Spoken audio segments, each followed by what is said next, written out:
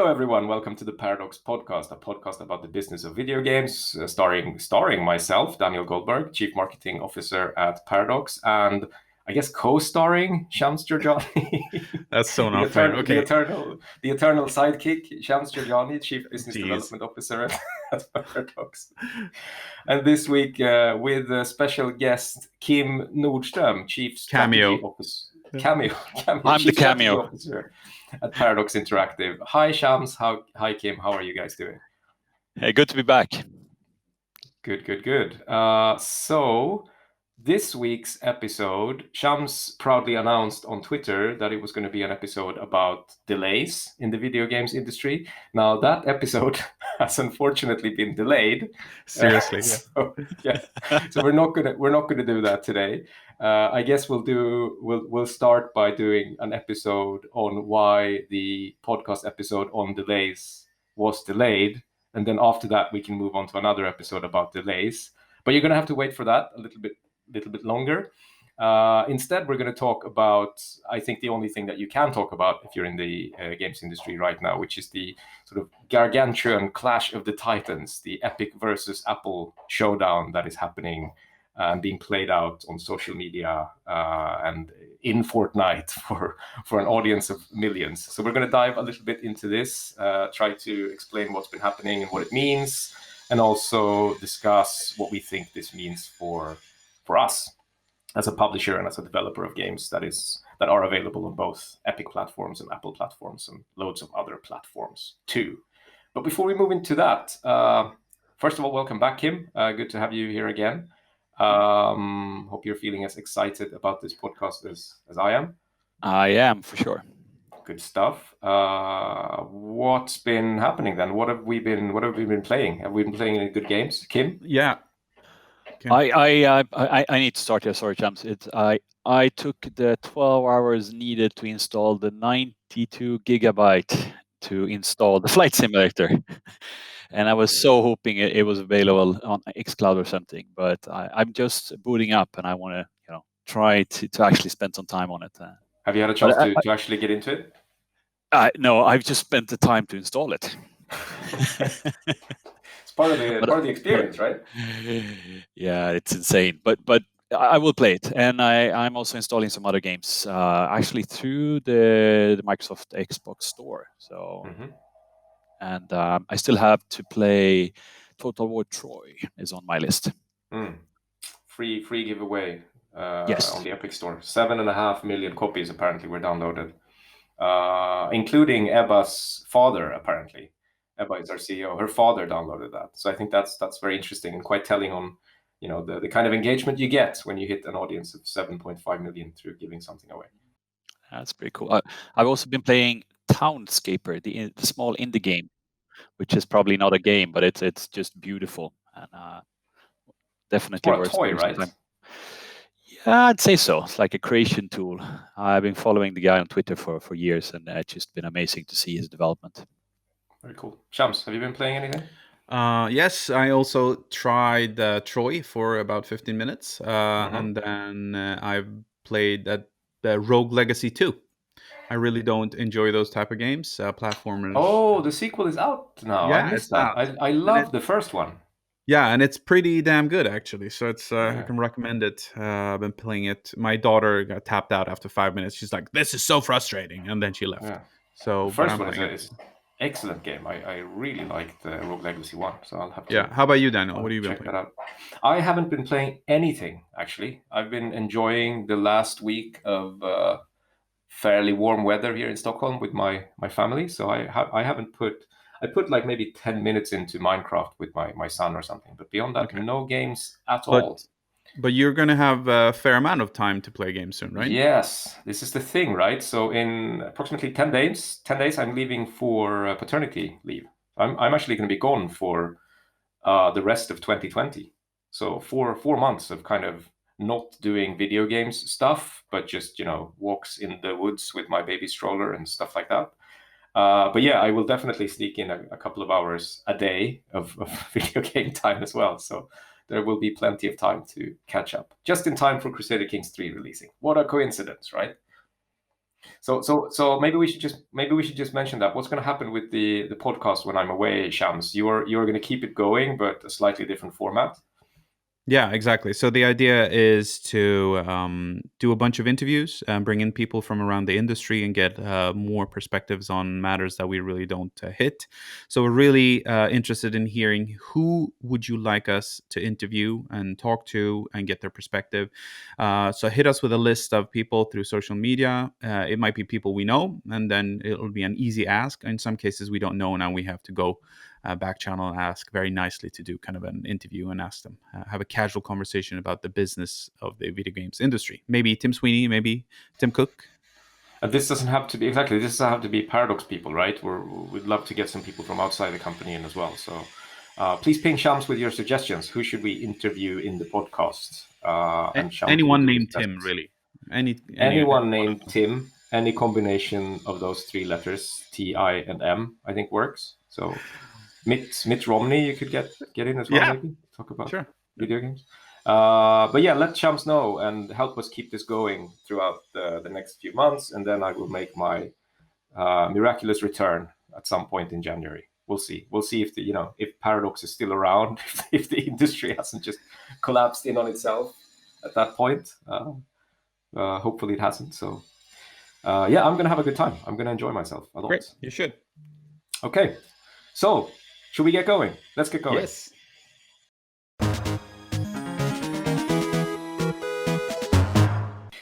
Okay, so Epic versus Apple.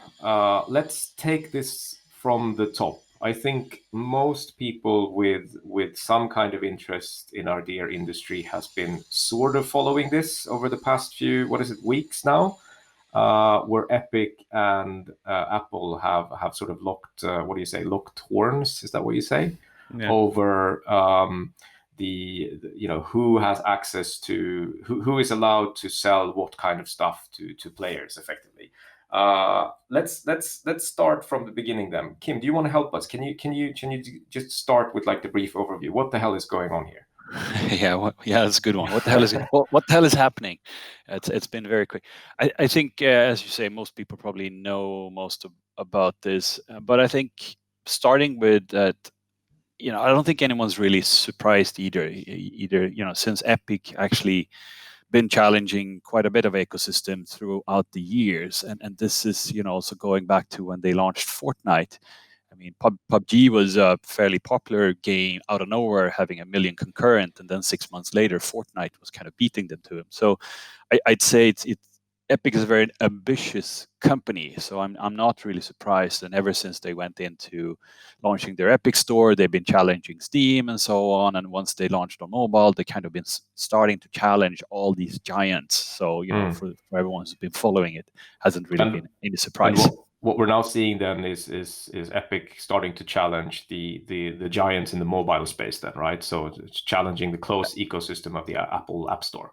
Yeah, for sure. And this is, this is like 12, 13 days ago. So it's really ramped up really quickly. And what's interesting here is that what they essentially did is that they on mobile, they suddenly launched a possibility for the player to pay through their own Epic direct payment system, which is 20% discounted. And what's interesting to understand is that once you submit a version of this into the app stores, obviously it goes through a certification where Apple and Google looks at it and say, is this fine? Does it follow our guidelines and regulations and so on? So this is something that Epic planned because they knew they're going to fail it, and they turned it on once it was past set, downloaded to an amount of people. So this is obviously something they planned, immediately. Okay, so you're saying it's been brewing for a while, and this has been obviously clear. Like they've been, had marketing beats lined up, and this has been a long time coming, right? Yeah, for sure. So it took a matter of hours before Apple noticed this. I mean, it's impossible, and this is probably part of the overall plan. And Epic sues Apple essentially the day after, and we're talking about a paper which is about 560 pages, and that doesn't nothing you create overnight. And they also launched their kind of parody of the old Apple ad commercial called 1984 that Apple launched decades ago, who was targeting IBM as the big brother, and Apple was the kind of the new kid on the block. So they built a Fortnite version of this ad, and stating that Apple has become what IBM was back then. So this is them essentially opening up another. It's not just a legal battle; they're also opening up a PR and community battle as well, where they're trying to engage on multiple different levels to kind of win this. For sure. Is that a fair assessment? Yeah, no, I'd say so. I think obviously this is something they've been planning for quite some time, and they're going to spin up all the different types of machinery. So they also launched their free Fortnite campaign, where they had a tournament last weekend, specifically geared towards this. So not sure if that was something they came out last minute, but I would bet that this is part of a bigger plan. And they also Google also removed Fortnite on their Play Store, and obviously Epic sued them as well. So what's the rationale on Apple's and Google's part for denying this? Well, I mean, I think my very high level view on this, that this is about the ecosystem. This is definitely about the ecosystem. So Apple and Google have quite a bit to lose on their side by being by losing the control of their ecosystem, which is a closed ecosystem, and the direct connection they have to their players. And this is what Epic wants, right? This is what they want to challenge. This is the destruction they're looking. Let me be a little bit constructively slow then, because we've talked about ecosystems before, but people throw around this term of closed ecosystem. But what does it actually mean? What's a closed ecosystem? What's not a closed ecosystem? Well, I mean, I think in essence, you would look at it as the way to communicate with the audience in terms of distribution and communication. So essentially, you're guarding your audience within whatever system you have. In this case, the ecosystem is, I would say, Apple. It's definitely a software hardware distribution chain through the App Store and such.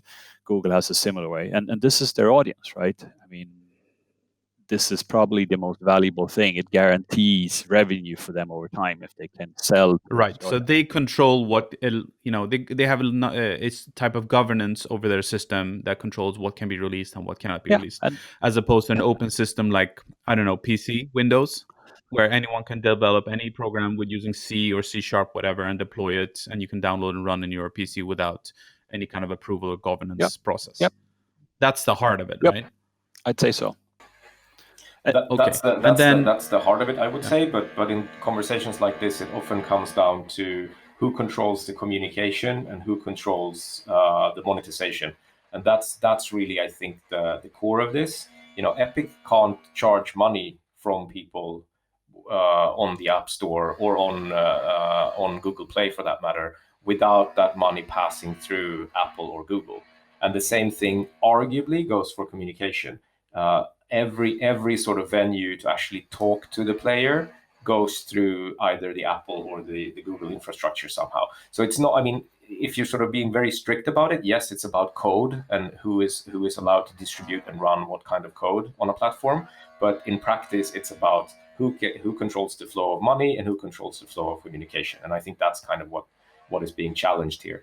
And it's not. We'll probably talk more about this, and I know you and me have slightly different opinions on this, Kim, but it's obviously not as simple as Epic is making it out to be in their ads. The Epic Store is also, by any definition, a closed ecosystem, and it's not about freedom versus control. It's three massive companies who all want the biggest cut of the pie, right? That's what this is about at its core. Sorry to be the cynic, and sorry to. No. But I'm with you on this one. I mean, I agree. When I talk about closed ecosystem and distribution, this is also what I mean. It's like distribution for me is a way where you can control essentially the revenue and the communication with the players, and you regulate it through the policies and certifications and such. And as Epic is stating, is that if you don't comply, you're not allowed to distribute on their system, which is they have full control. But as you also said, Epic is doing exactly the same thing in their Epic Store. If we don't comply with their rules when we want to distribute through their Epic Store in Windows, they deny us that, and then that's essentially the same thing. And I think what's also interesting is that we had some other tech giants sort of wade into this a couple of days ago. Microsoft has come out sort of very clearly backing Epic in this, and the sort of the rhetoric is about the Unreal Engine and how the Unreal Engine is such an important part of the gaming ecosystem for everyone, really. But again, my read on that is that this is a good opportunity for Microsoft to really stick a knife into Apple where it hurts. So it's sort of it all makes sense from a corporate strategy and corporate positioning perspective as well. I know you're the cynic in the group, Daniel, from time to time, but yeah. So when Apple and Google booted off Epic and Fortnite off the store, they didn't just do that. They went one step further and stopped the engine as well. And the Unreal Engine is used by many more besides Epic. And as far as I understand it, I'm not going to go through the Microsoft suit that the thing that they filed, but it was very clearly about them still having access to the engine. I don't know if they joined this kind of holy mission of which Tim Sweeney's very clearly been on wanting to open up systems and bring down store cuts and stuff like that. It was a simple matter of Microsoft has games made with Unreal, quite a few games made in Unreal that are on mobile, and they want to keep them on mobile, right? But we sure as hell have a new player that's entered the arena, and I don't think it's that clear cut. But sometimes they are allies, sometimes they're not. I'm not so sure if Microsoft is really into this, or if I see it more as a warning, for the future. I think I'm probably more on Daniel's side here. I think for them, this is an opportunity. It's a red ocean thing, right? One of the sharks is being wounded, and all the other sharks start attacking. This is kind of the same thing, right? And obviously, the way you spin it is around the access of the Unreal Engine. But I think in reality, if Microsoft sees a chance to weaken Apple's, closed ecosystem, that will probably be beneficial for them. But on the other side, I mean, they don't want bad PR as well, and obviously they don't want their developers to be blocked because that, But it's a double-edged sword. It's a double-edged sword because as it currently stands, and the news a few weeks ago was that xCloud won't be allowed on iOS, because it's a service within a service. So there was conflicts there. So I think Microsoft comes down on, it's clearly Microsoft are also building their own ecosystem with the Game Pass stuff. They got the Windows 10 store as opposed to something else. So they both win from. Just to clarify there, I don't think it's about xCloud not being allowed on someone else's platform. It's about the platform owner wants a cut of the money. So that's the discussion. And of course, Microsoft wants to keep as much of its money as it can. Apple wants as much of the money as it can get away with. So it's not really about someone banning a certain type of service. It's about who gets what percentage of the money that the user eventually pays up for that service, right? Yeah.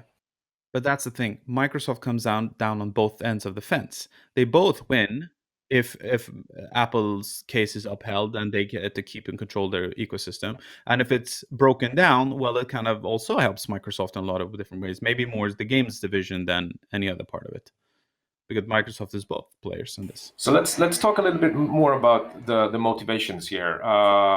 So Tim Sweeney, who heads up Epic, is obviously known for things like this. He's kind of, he's positioning himself, and I do think there's a lot of there's some genuine sentiment in this. I don't think this is just PR. He's kind of he's the David fighting the Goliaths of the tech industry. You mentioned the disruption that the Epic Store is causing in the PC distribution space, Kim, and I think. As we discussed before the podcast as well, even though Epic has raised a lot of money, I think they're valued at something like $17 billion, they're still a tiny company compared to Apple, the Apples and the Microsofts of the world. So I think that's important to put into context. I know I said before this is like three massive tech companies fighting for, fighting for who gets what slice of the pie. But yes, you are right in that, Kim, that Epic is a tiny little company compared to the people they're going up against. Yeah, I mean, obviously, from a PR perspective, this is a clear David versus Goliath battle. It's a 17.3 billion evaluation on the latest run where they brought in money, Epic, but compared to Apple, which just passed market cap of $2 trillion, which is the most valued company in the world right now, everyone's going to look small compared to Apple.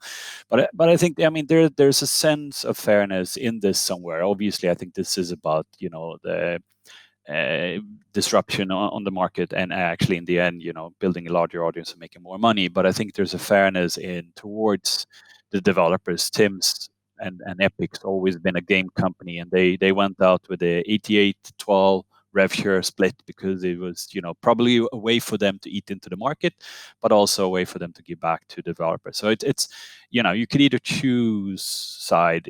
I think in the end I'll probably be more on your side, Daniel, with the cynical that this is actually about just disruption and building a bigger audience and a bigger ecosystem and making more money in the end. But I also want to believe that Tim still is very close to his heart as a game developer and want to make something good into the gaming industry by doing this as well.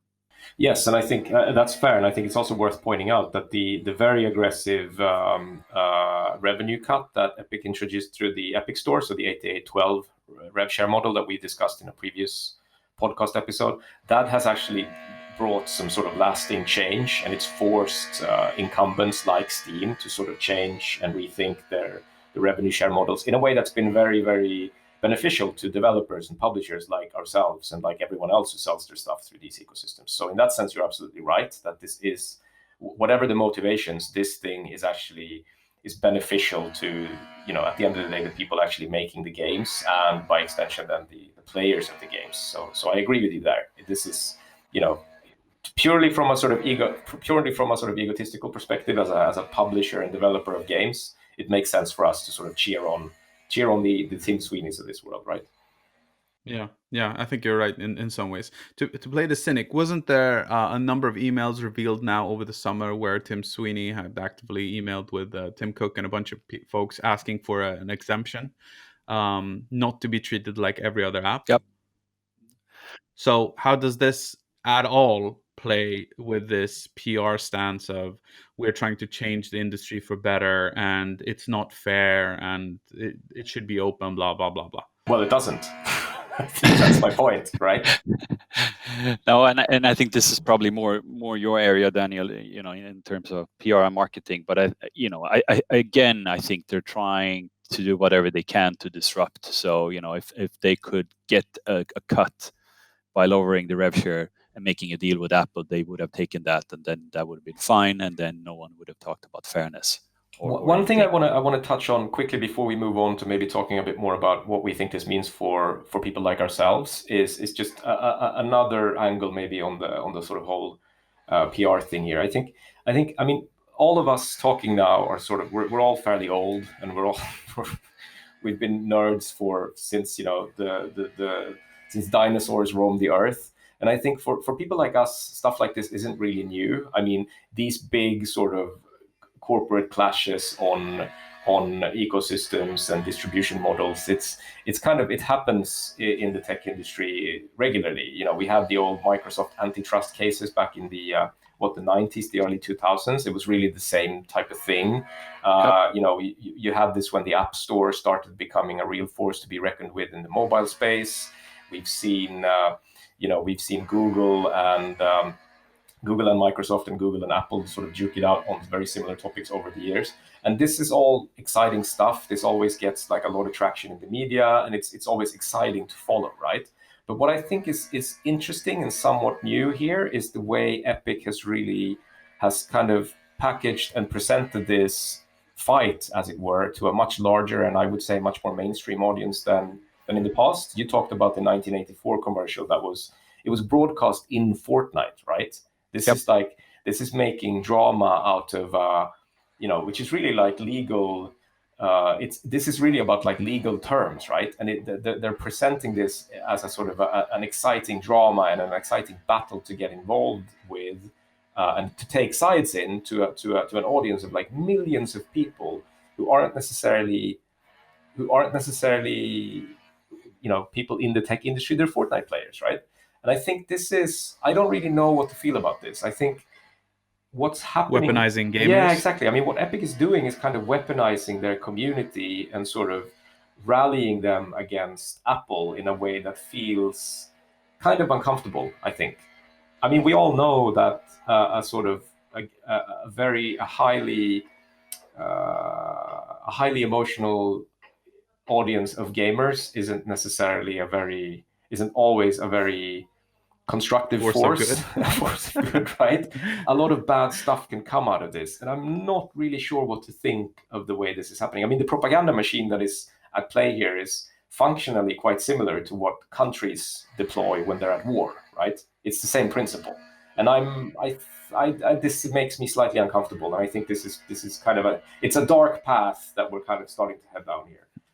Yeah, and I think that just the fact that you use your closed platform to create propaganda against another closed platform, yeah, is that irony is maybe lost in some of the audience. Something is feels a little bit wrong in this, I think, but we'll see. It might just be me being old and not sort of understanding stuff properly. I guess we'll see how these things play out. But I guess from an Epic perspective, I mean, this makes sense. It's always been, or the rumors state that this is part of their long-term strategy to become the metaverse of in the future, where Fortnite is the core of any type of online virtual experience, and you can do whatever you want there, kind of thing. I mean, the whole world is kind of talking of it. So it all makes sense to make the fans even more loyal and do all the communication, all the PR within the game, because that will create a more loyal entity, within the game and so on. So it makes sense. I completely agree, and I think from that perspective, it's very impressive in that sense to see how big the ambitions are and how long term the thinking is, and how all of these things really map towards that end goal that you're describing here, Kim, which is this kind of idea of Fortnite as the metaverse and establishing that as the platform to end all platforms. So yeah, exactly. That is just from a craft perspective. As a PR man, it's quite impressive, but that doesn't change the fact that it feels kind of dark and ominous. Yeah, I gotta ask. So we often talk about, and I'm personally a big fan of, instead of fighting the flow of water, you can direct it. Is much easier. And I have to ask, at some point, did you get that from Kung Fu Panda or? Yes, thank you. It does. The source material doesn't matter as long as it's good, right? I mean, you're an awful person, but I use your smart words all the time. Anyway, so at the end of the day, correct me if I'm wrong, the App Store revenue is 2% of Apple's revenue, total revenue. It's a tiny, tiny sliver of Apple's overall economy. Right? Sure, but it's the part of their revenue where they see most growth. Right, and it's also the revenue that is attributable clearly to software rather than hardware, right? Which is right, where you want to be. But I don't think we should fool anyone. Apple is a hardware company, right? Exactly. It is a hardware company, but in terms of growth, it's that part of the revenue side is the one that's growing the most, percentage-wise. My point was, why are they not leveraging this and being smart about this and coming out as the smart guy and using this momentum to build something bigger and greater and say, yeah, you know what, we absolutely think that the industry should be in a better place, and do a lot of bullshit and go with the flow and turn this into a PR win somewhere. Yes, but I think it's not about that, because the end goal is unsustainable for Apple. Again, there's a reason why we couldn't just launch our own digital currency called, I don't know, Paradox Bucks, and just decide that all of our monetization on Steam and on the Epic Store, for that matter, will be in Paradox Bucks, and we'll just refuse to give the platform holders a cut from that. That wouldn't be allowed. The Epic wouldn't allow that either. And it's about ceding control of the core of your business, which is the ecosystem. It's that ownership of the relationship between the content and the consumer of the content, right? So I understand what you're saying, but that doesn't help Apple. Short term, it might sort of diffuse the PR nightmare, but long term, it just doesn't bring them closer to their goal in any way at all. It doesn't matter. It doesn't really matter if the cut is 20% or 30%, and that doesn't really matter to Epic either. What matters is like who gets the cut and who controls that flow of money. At least on the PR side, it would have blunted the war entirely. What's that? Sorry? So we're saying that there's a war being fought on several levels. There's a strategic war, there's a legal war, there's a PR, hearts and minds war. At least that part would have been countered completely if you hammer home at the hypocrisy of because what Epic is asking isn't for a better cut. what they're asking is for control, like complete control of the transaction. They're saying like, we want our own digital currency here, and we want to be able to monetize. Yeah, we just want to cut you out of this conversation, Apple. That's what they're saying, and you can't. Apple, there's no way you can agree to that. And the thing with Apple is we have to remind ourselves that it's a hardware company. Everything is a mean to an end to sell more hardware, right? So they will probably continue to ramp up their App Store business and everything that comes with it.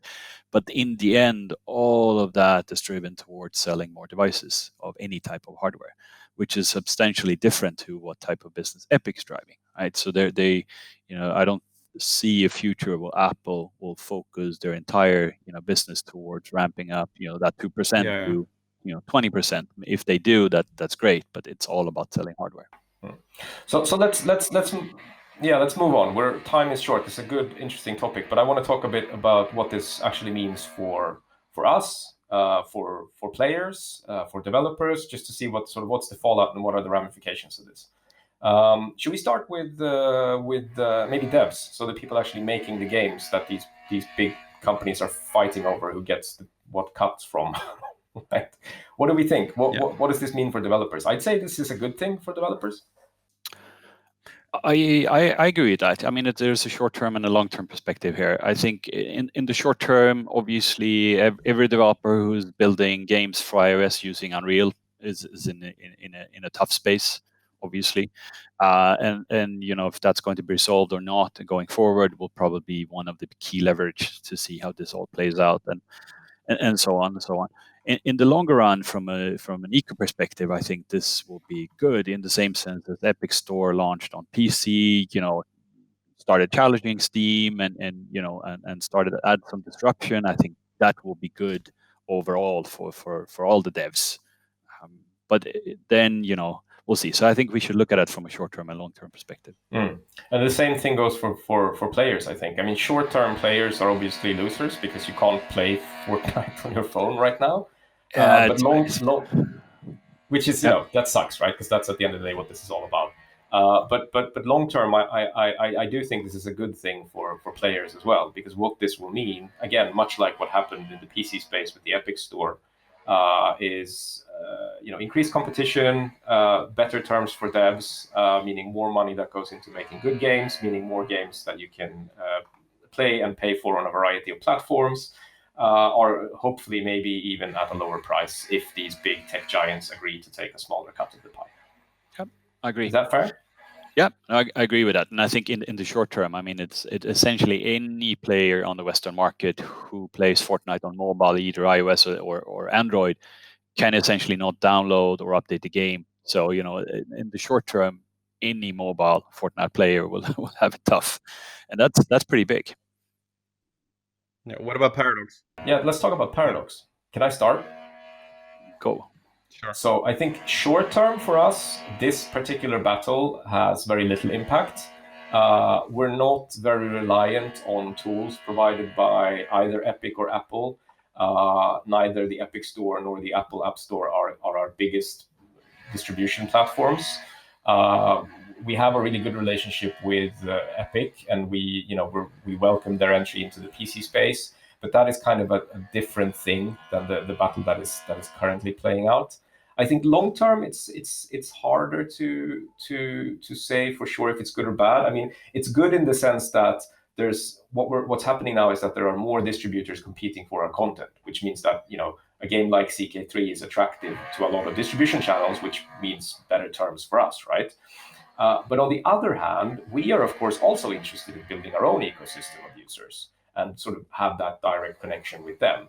And the fact that that space is so contested means it's hard for us to set sort of a long-term strategy and stick to that, because we obviously have to adapt to what these huge giants decide and where they want to go, because we can't really fight with them.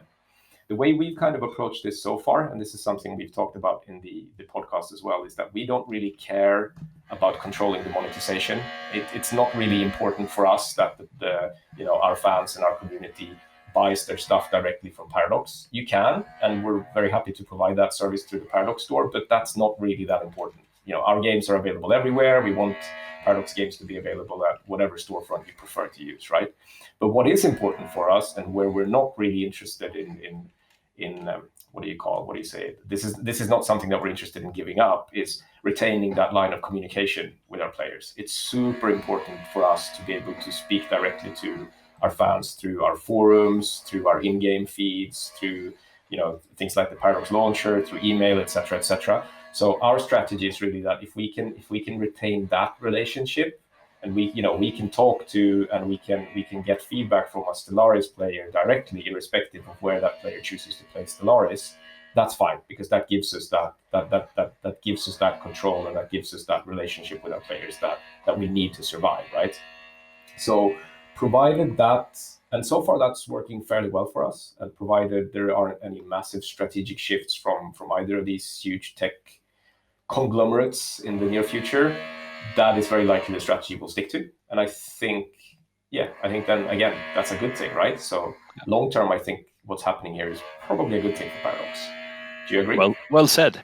I couldn't have said it better myself. That was great. The bar is low on this podcast. Yeah, it's clear that we're actually talking about this stuff, outside of the podcast. Yeah, no, but I think we're completely aligned here, and I think in summary, obviously we want to reach a larger audience, and the more distribution channels we can do it through, the better for us. And also, if these closed ecosystems becomes a bit more open, it allows us to have a more direct connection with our audience without the number of restrictions that are there across all of them. So I think that's good. The question is if there is any other company who joins this in such way would be negative for us in the long term, but that's more unclear to me, at least. That was very well put by you both. To wrap up, Kim, what's your prediction for the next big move in this? What are people not seeing? Dazzle us. Yeah, right. Oh, but there's some interesting thing. I think in terms of other companies joining, obviously Facebook will be there. I don't really see if from a legal or perspective, they will chip in. Maybe they will or they won't, but they're clearly on Epic side because they have a lot to win on this. I think on the very highest level, this is interesting from if we look at a governmental or like a union perspective. Google was fined. They had a $5 billion fine in 2 years ago because of their closed ecosystem. We're providing Chrome and Gmail and so on because of monopolistic behavior. And $5 billion is essentially the largest fine ever in history in software, right? But everyone, including myself, think they came away pretty cheap because paying money is one thing, but opening up their ecosystem would have been a tremendous loss of revenue for them. So imagine, if the European Union or even the US government or even other, governmental perspectives start looking at this and saying, hey, we're going back to the whole battle with Internet Explorer on Microsoft, being pre-bundled. You can't do that. You need to open up. I think those would be, then, Apple is in a really tough space because then it's not about the corporations fighting each other on the red ocean strategy. Then it's government who actually can apply changes to the law. And also thinking of this from a US election coming up and all the discussions about, Mr. Trump over there, talking about restrictions towards WeChat and TikTok. And I think, the Cambridge scandal that happened, 3-4 years ago, there's a lot of nervousness in the world around, privacy and monopolistic behavior in these corporations growing large. So I think that could definitely be an area where the coming 6 months that would change. I'd like to add, I think the joker here and the sort of the sort of the possible black swan in this is actually Microsoft. And the reason I say that is that, at least from where I'm sitting and looking at gaming rather than sort of tech as a whole, Microsoft is really the only big player that is very aggressively investing into not just control over players on the sort of legal battlefield, but actually reimagining and disrupting the user experience through something like Game Pass, right? I know we've talked a lot about Game Pass, but it's such an interesting thing because what Microsoft is doing is really trying to change how we consume and pay for content. And if Game Pass takes off, if subscription takes off, I think there's a chance that we'll see Microsoft with a pretty significant head start on that, and that can kind of flip this entire conversation on its head. Because if that becomes the new normal, right, it doesn't really matter that much who takes what cut of the revenue that comes in through the App Store, because the App Store, unless it's also successfully pivoted into a subscription model, will become obsolete. So I think Microsoft, somewhat strangely, because Microsoft is also one of the oldest and typically seen as the least kind of innovative of these companies, is really the one to watch here. And I think what happens if Game Pass is a big success, that potentially can change a lot of these things quite dramatically. I like that part. I mean, Microsoft's been on a kind of transformative journey the past couple of years, and they clearly have a strategy that they're executing on, and I think this could give them an advantage if Epic, Apple, and Google and some of the other big ones start fighting each other rather than being focused on new innovation and bringing the next generation content to the audience. This might perhaps give that opportunity to Microsoft, but you could also say the same thing about Facebook or Amazon, that if they would grab this opportunity, which I find unlikely, but for other reasons, it is an opportunity for them to do this. But I think this will go on for quite some time. Neither Apple or Epic is, there's no need of more revenue for them. So I think they can fight this battle for a long time without anyone feeling that they're losing. They have too much to lose, at least Apple and Google, and Epic is really going to go into this. So we'll continue to be in this for quite some time. But I think history always tells us that anyone who has an established monopoly that ends up being in the spotlight will eventually lose it, right? That's just the way it works. Either the government will take it down, or competitors will figure out a way to, crash it, or they, will mess it up internally by themselves. It just, the history will repeat itself here. So the thing is, with closed ecosystems, it will impact everyone. Epic, Microsoft, Amazon, they all have closed ecosystems. So it could be bad for everyone if that. And in the meantime, Paradox will be here. We'll keep focusing on making the world's best, deep, endless, complex games, and we'll make them available on whichever platform makes most sense for us. So hopefully all will remain very happy and well in Paradox land as these big conglomerates fight it out over who gets what cut over the money that you, our dear player, is actually paying for our games at the end of the day. Because that's the thing to remember, right? At the end of the day, it's about a game made by someone like us, paid for by someone like you, the listener. And what this is about is who gets a cut of that pie. It's not really more dramatic than that. No. Cool. Thank you so much for coming, Kim. We look forward to seeing the next chapter in this wonderful saga. Daniel, we'd like to give you a big thank you and really try to enjoy your paternity time. It's a magical time. And in the meanwhile, the podcast will continue. Don't hesitate to get in touch with us. As always, get in touch with us through social media, Twitter. You can ping us on the comment section and let us know what you would like us to cover next when we delve into the business of the video games industry. Take care, everyone. Bye-bye. Thank you. Take care. Bye. Bye.